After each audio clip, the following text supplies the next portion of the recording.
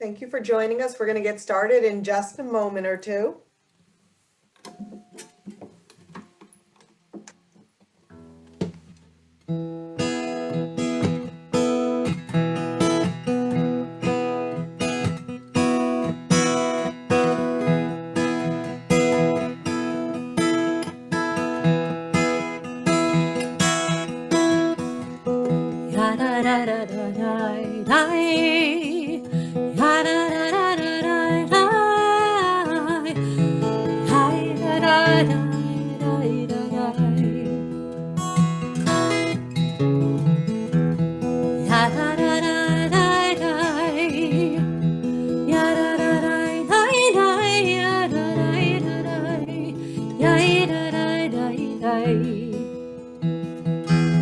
We're so glad that you decided to join us. We're so glad that you are here. Shalom, Shabbat, Shalom, Shabbat, Shalom.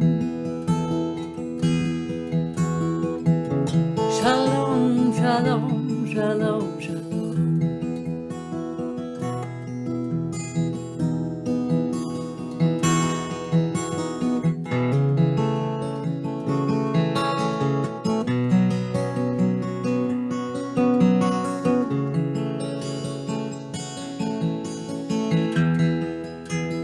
Welcome, we're so glad you are here.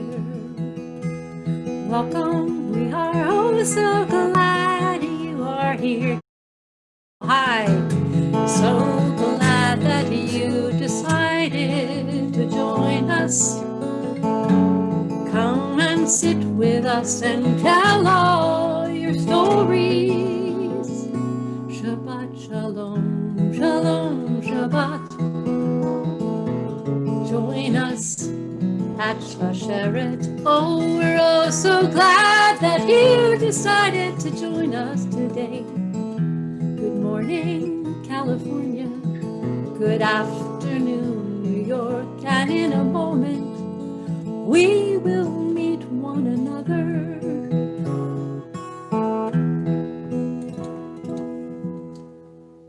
My goodness, what a wonderful way to begin this program. Thank you so much, Peri. So welcome to Shalom Shabbat. Welcome to our Shalom Shabbat program. My name is Melissa Rosen. I am the Director of Training and Education at Share, but many of our colleagues are on the phone and on the screen today working to create an amazing program. And a special shout out to those of you who are joining us from the Komen LA to NYC Metastatic Breast Cancer Conference. This is our third Shalom Shabbat program at Share. And although we've always been grateful for an opportunity to reconnect, to recenter, we found, and I'm sure you have too, that as we deal with months and months of this unprecedented physical isolation, these opportunities are more important to us than ever.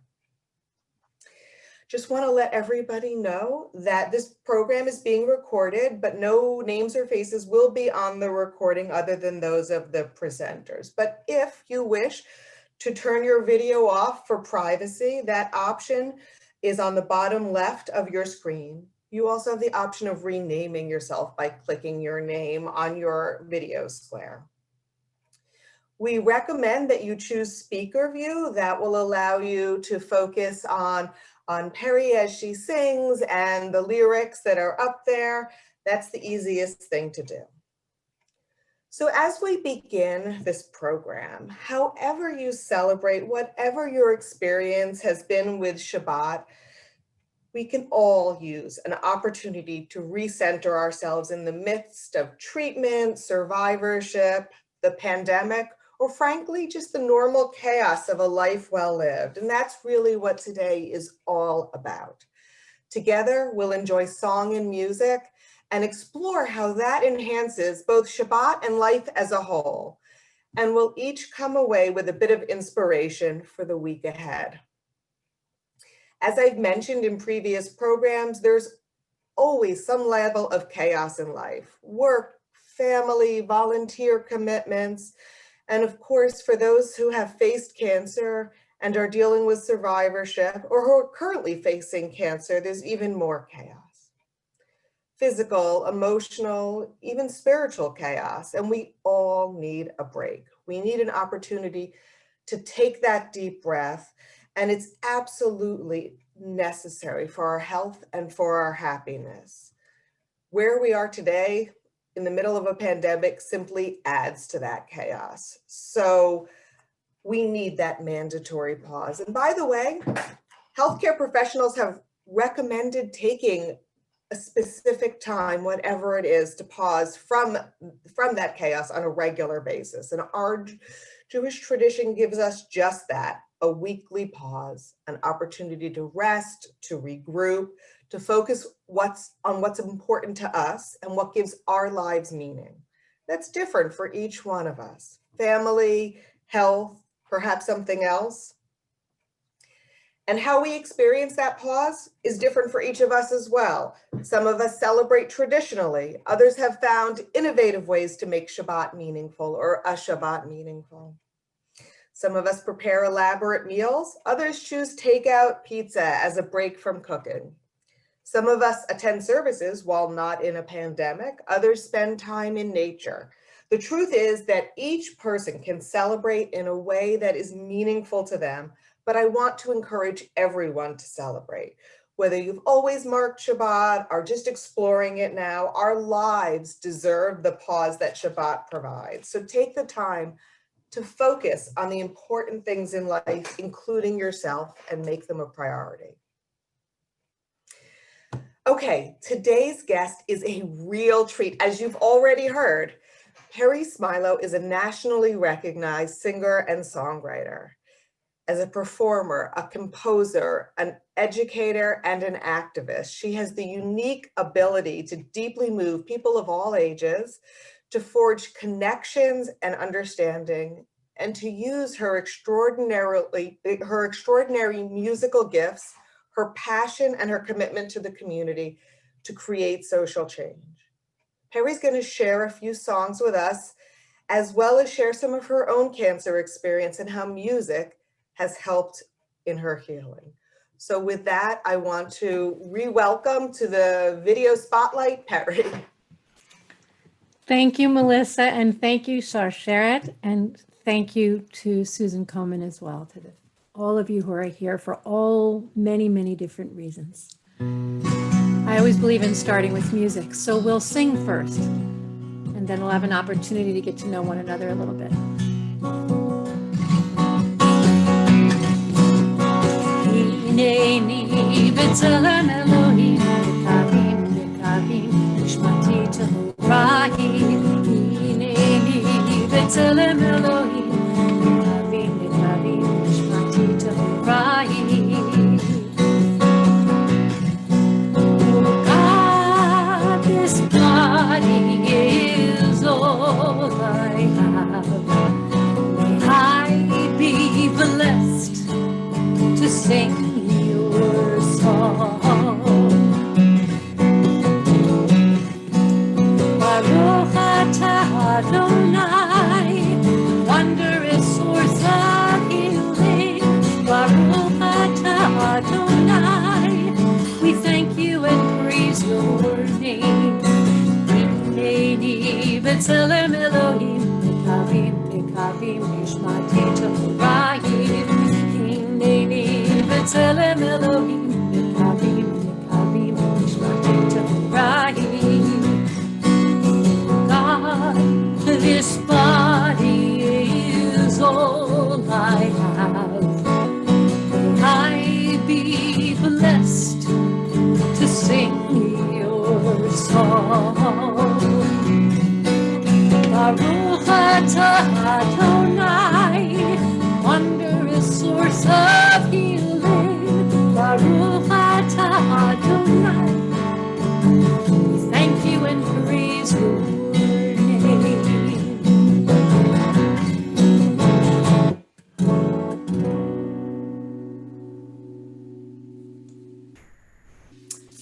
Well, hello, everyone.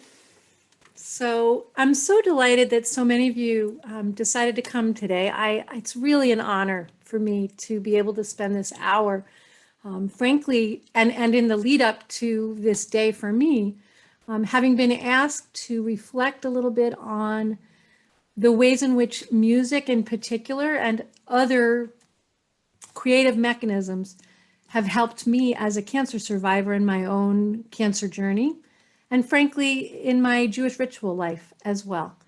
So let me start by saying that I am an active cervical cancer patient.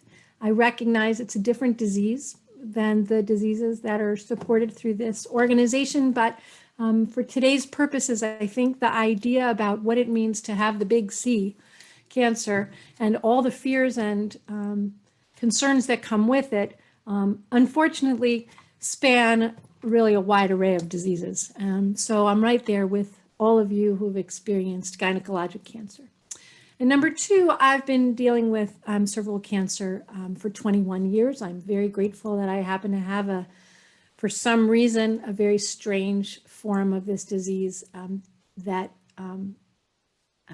really should have killed me a long time ago, and for some reason has chosen not to. And so when I have an opportunity to talk about my journey, I welcome it, and thank you for the invitation. Having said all of that, let's get rid of the guitar. Hold on one second. We'll do this way. That song that I just shared is part of this journey.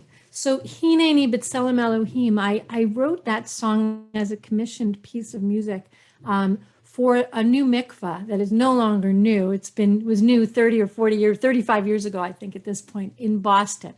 Mikvah is a ritual Jewish bath. And in a traditional setting, it's used in very sort of prescribed ways for cleanliness. And this amazing community, largely of women, in the Boston area, decided years ago, what would it be like if as Jews, men and women, we could use a ritual Jewish bath, for example, when we finished chemotherapy or radiation? What would it be like, for example, if we could have a ritual bath when we we're told, for example, that we had hit the 5-year mark, and as a result, we didn't have to go back to see our doctors again. So I was invited years ago to write a piece of music that would reflect my own journey. The mikveh is not about cancer, but to me it was. And when I was asked to write a piece of music that could be used to support the mikveh, I chose 3 texts that are illuminated in the pools at the mikveh in Boston. And the 3 texts were the ones that I sang one at a time. Hineni B'Tselem Elohim, here I am in the image of God. The second one is, oh God, this body is all I have. I never meant it as this body is all I have, but rather this body is the only body that I have. If anything happens to this body, I don't get another one.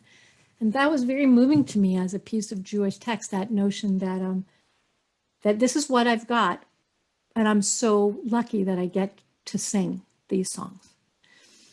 So that's where that came from. So this journey, there's so much to talk about, and each one of you could be where I sit today and tell your personal story. For me, music has been a binding agent. Any of us who've been through a cancer journey know that the unknowing, the scared times, the convincing ourselves times, the what's next times can be the hardest. For me, it was anyway, has been on this journey. And so for me, music and Jewish ritual have sort of filled in those gaps. It's allowed me to build a bridge to sort of sanity and I don't know exactly how else to say it, but sort of keeping on the path. So I wanted to give a few examples of ways in which I've use Jewish ritual and music. I just gave the example of music. I'm a composer, so I use the skills that I have to reflect my journey. I'm lucky enough to have had the opportunity to put out 4 albums of contemporary Jewish music. For those who don't know me or didn't know me before now, I've really been lucky to have a 25-year career writing and performing contemporary Jewish music. My music is sung in congregational life, but I also spent a lot of time in education and in social justice work as well, which also has really fed me. But I found myself at age 39 diagnosed with cervical cancer, and having gone through, as many of you may have, 6 weeks of daily radiation. And as I was getting to the end of the radiation period, I remember thinking to myself, you know, as much as I hate this, I don't know what I'm going to do when it's over, because this is what I know. This is my regular, it's my structure. And so I went looking before I finished radiation for some kind of a ritual structure that would help, again, like the music did, bridge from the cancer back to a sort of a regular, normal, everyday life. And what I decided to use was a menorah. And I decided to borrow the ritual of Hanukkah, which is the lighting of a menorah, every one additional candle for each night of the 8 nights of Hanukkah, only I did it in reverse. So I had a menorah, and on the 8th to the last day of radiation, I lit 8 candles. And I said a Shechianu for that day. I said a blessing for, thank you, God. You got me to my 8 to the last day of my 6 weeks of radiation. And then I had a glass of wine and I did a little dancing. And the next night, I set myself a beautiful table and I lit 7 candles. And the next night, I lit 6. And every night, I had something to look forward to. And on the last day of radiation, I lit the last candle. And I knew it'd be okay. I knew that if I lit that last candle, that I had made the bridge, that I'd used the ritual, that I'd sung the songs, that I had done the heart work and the spirit work to launch me into a healthy life after radiation. And on the first day that I didn't go to radiation, I was okay, because I had lit all those candles and I knew that I was ready to move on to the next thing. Can I have a time check? Because I know I've been speaking for a while and I didn't look at the calendar at the time. How much time do I have left, ladies? You have definitely a few minutes. Awesome. Then I'll talk a little more.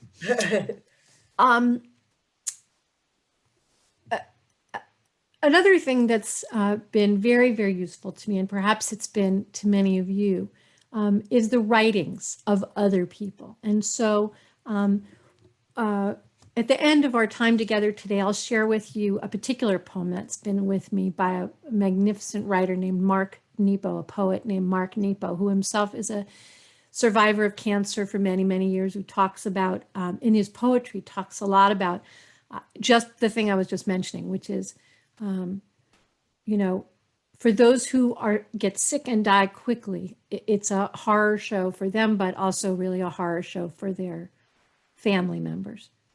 But for those of us who live for a long time with a cancer diagnosis or a past cancer diagnosis, again, finding ways to move through is what Mark Nepo writes about, and it's what I try to do as well.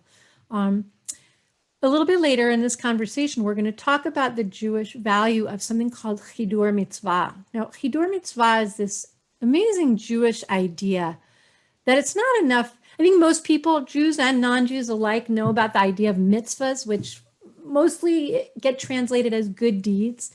I don't know if you're anything like a lot of other people.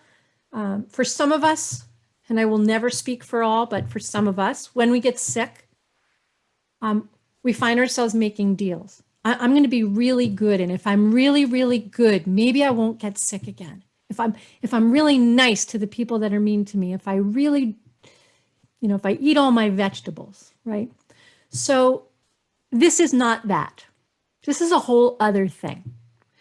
This is the idea that we have the option as humans to choose good and to choose joy. And Chidur Mitzvah says, that's awesome if you choose to do that. And it's even better if you decorate it with beauty. That is to say, if you do the thing you do, that's the mitzvah, for others, for yourself, you put out goodness in the world, how much better was it if you do it with more people, if you do it more beautifully, if you sing it, if you draw it, if you dance it, if you're joyful when you do it. And so Chidur Mitzvah has been the very thing that's kept me. Let me say it a different way. People say to me often, including family members, how do you wake up every morning knowing that you have cancer in your lungs that isn't going to go away and could come back and bite you at any time? How do you do it? And the answer is, number one, I'd be lying if I didn't say it isn't hard. But because I'm going to sing and dance and I'm going to decorate the mitzvah, I'm going to find a way. None of us know how much time we have. Nobody. In the meantime, we're here and we have a chance to explore what's hard and to be honest with people about the things that are difficult for us. But we also have the option to choose mitzvah and to choose to sing it. And that's my choice. It's not right for everybody. That's just where I am. That was perfect. That was beautiful. Thank you so much for sharing something so deeply personal and frankly inspiring us. So part of my job right now was to explain what Hidur Mitzvah is, but Peri did it so much more beautifully than I can. But what I do want to say is I want to suggest that song, that music, as she has so beautifully said, also fulfills that mitzvah by enhancing our entire lives, including Shabbat. For many people, music is a way to relax, to express joy, to lose oneself a bit. And I am sure that Peri would agree that anyone can sing. Your voice does not matter. What matters is how the song affects you. I cannot carry a tune to save my life, yet every week as I light my own candles, I sing the blessing, the bracha, and I intentionally do it slowly and loudly. And for me, just like Peri was talking about those candles counting down, that 1 minute of song or whatever it is my transition into calm for the week. And so don't feel you can't sing, you can't draw, you can't do whatever it is. This is for everybody. Everybody finds their own way to beautify. And while Peri sings her next song, I want to encourage each of you to think of something you do or something you have that beautifies your life in some way, something that brings you joy, that enhances meaning. Please put that in the chat box that's located in the bottom of the screen, and we're going to share some of those anonymously after this song, and those will be ideas that will inspire everyone else today.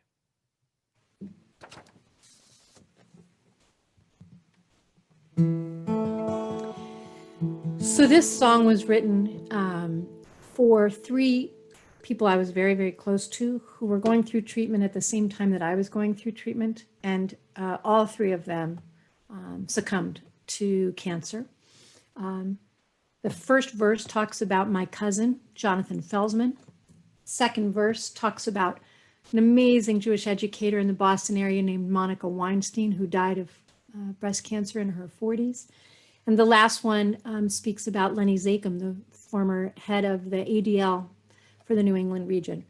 I never name them when I sing this song in concert, but I decided today it was important for me to name who this song speaks about. I encourage each of you, even while you are muted, the chorus is really easy and the words are here. I'm going to encourage you to sing along. Listen to the first chorus and then the second and third chorus. Sing as loudly as you can and raise your voices with me, please.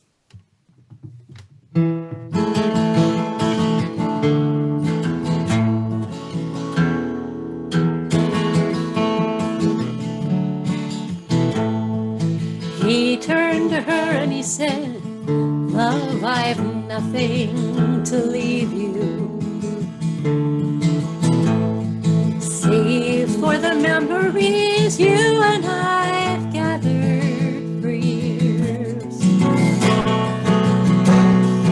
Now I am weary and I have grown old, and my ears and my eyes, they are failing, but weep not for me as I travel this path set before me. He said, carry on, sing for tomorrow, carry on, dance for today, carry on. Your spirit will carry you, blessings will find you along the way. Carry on.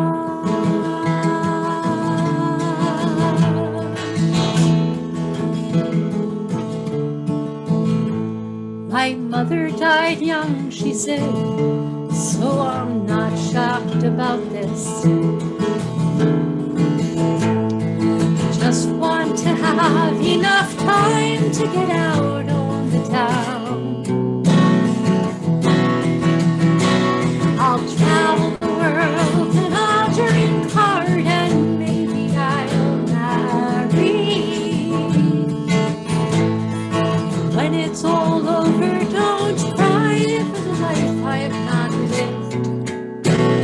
She said, carry on, sing for tomorrow, carry on, dance for today, carry on. Your spirit will carry you, blessings will find you along the way. Carry on.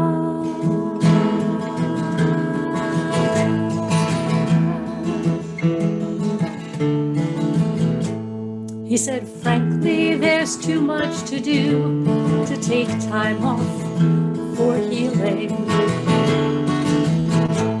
I've got to be sure that the work can go on when I've gone. Promise me that you will travel the path that we've started, leaving the world a touch better than when we arrived. He said, carry on, sing for tomorrow, carry on, dance for today, carry on. Your spirit will carry you, blessings will find you along the way. Carry on, sing for tomorrow, carry on, live for today, carry on. Your spirit will carry you, blessings will find you along the way.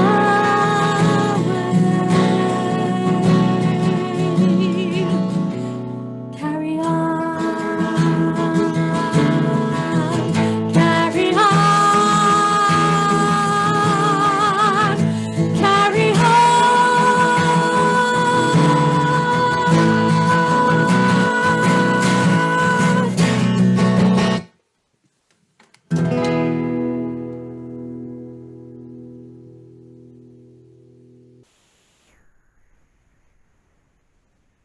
Wow, that is just beautiful. Thank you. Thank you.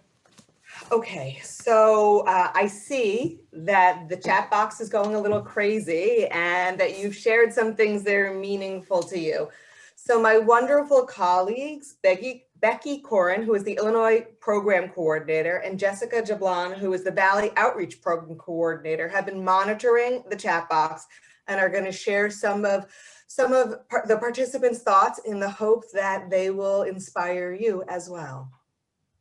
Okay, so I'll start. Someone said playing piano, violin, and fostering animals from the shelter fulfill my life. Someone said gifts and tokens from friends like a gemstone or artwork. And someone said sacred music is the way I decorate mitzvahs. Someone else said journaling. Cooking nourishing meals and having fun while cooking. Somebody else said, for me, drawing different characters, making jewelry, cooking, baking. Someone said knit scarves, hats, and baby blankets that I donate. Writing poetry allows me to process. Playing guitar and singing, as well as cooking for myself and my family. Playing with my children.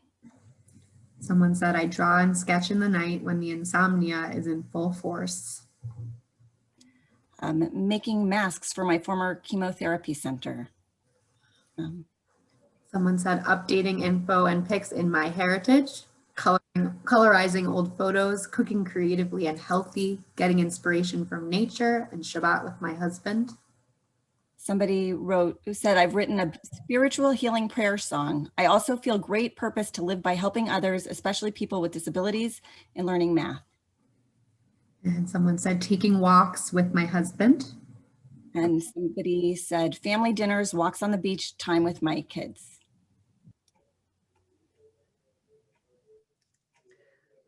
That's a lot of people shared. Thank you. Becky, are there any others or we've gone through? That's it. If anyone else wants to chime in, but that's it for now. Yeah, there is. So there will be, somebody just asked if there is a recording. There will be a recording, and as long as you've registered, which you have if you're already here, the link will be sent to you by Monday, hopefully. So as we get ready to conclude, Peri is going to sing the priestly blessing, which is a perfect way to end, as we can all use all the blessings we can get this year. And we are all in our own homes, but please feel free to join in with the words on the screen. And then when she's concluded, we have a couple of quick messages, and then we'll be able to part ways a bit refreshed. Thank you. Thanks, Melissa. Just real quick, before I share the priestly blessing, I promised that I would share this poem by Mark Nepo. It's very short, and it goes like this. Free fall. If you have 1 hour of air and many hours to go, you must breathe slowly. If you have 1 arm's length and many things to care for, you must give freely. If you have 1 chance to know God and many doubts, you must set your heart on fire. We are blessed. Every day is a chance.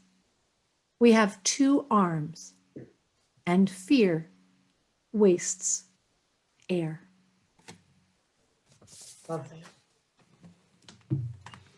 So I'll leave you with the priestly blessing, the threefold benediction of our Jewish people. It goes back thousands of years.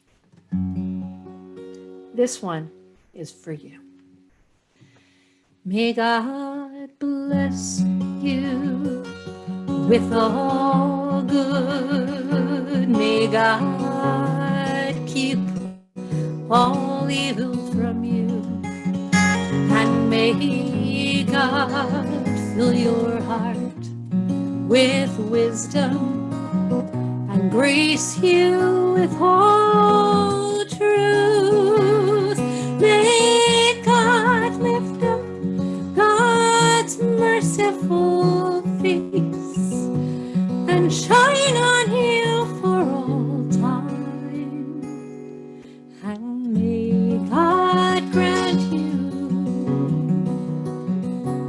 eternal peace. May God bless you with all good. May God keep all evil from you. And may God fill your heart with wisdom and grace you with all truth. May God lift up God's merciful face and shine on you for all time.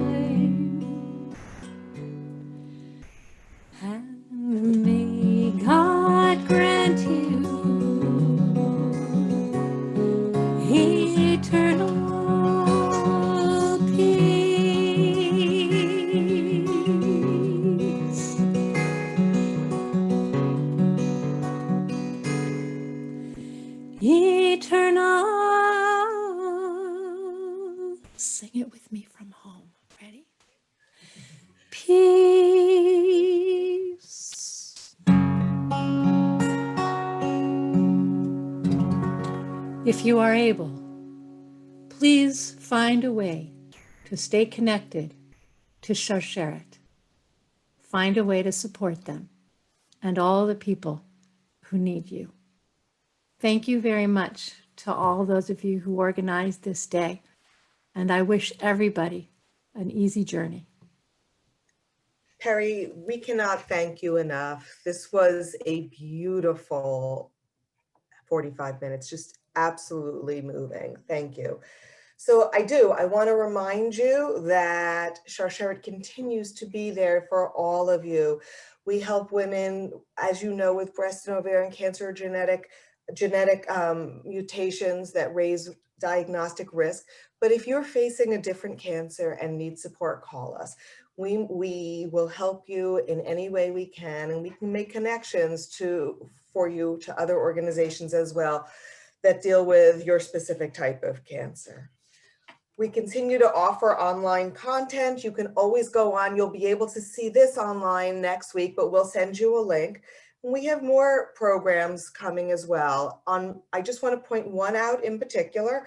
On November 17th, we are launching our National Book Club, and we are discussing Letty Cotton Pogrebin's book, How to Be a Friend to a Friend Who's Sick, to coordinate with Caregivers Awareness Month. So not just for you, but for the people and loved ones in your life.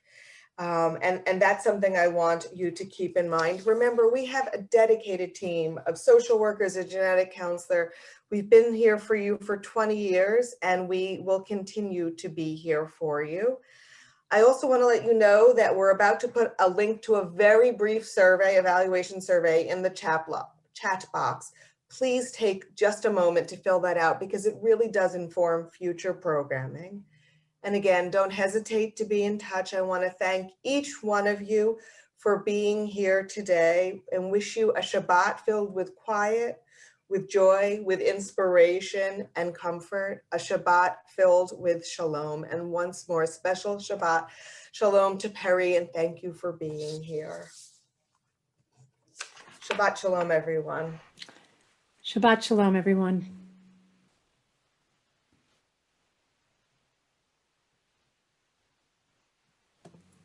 I'm happy to stick around for a little while and play.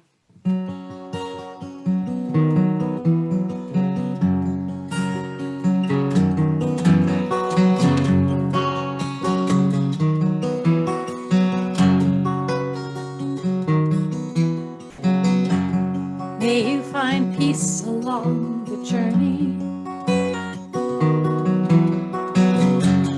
May you find peace along your road. May you find friends and family able. May you find the love you own. May you find peace along your journey. May you find peace along the road. May you find peace and love and understanding. May you find peace. May you find peace. May you find peace. May you find peace. May you find peace. May you find peace. May you find peace. May you find peace. May you find peace. May you find peace. Shabbat shalom.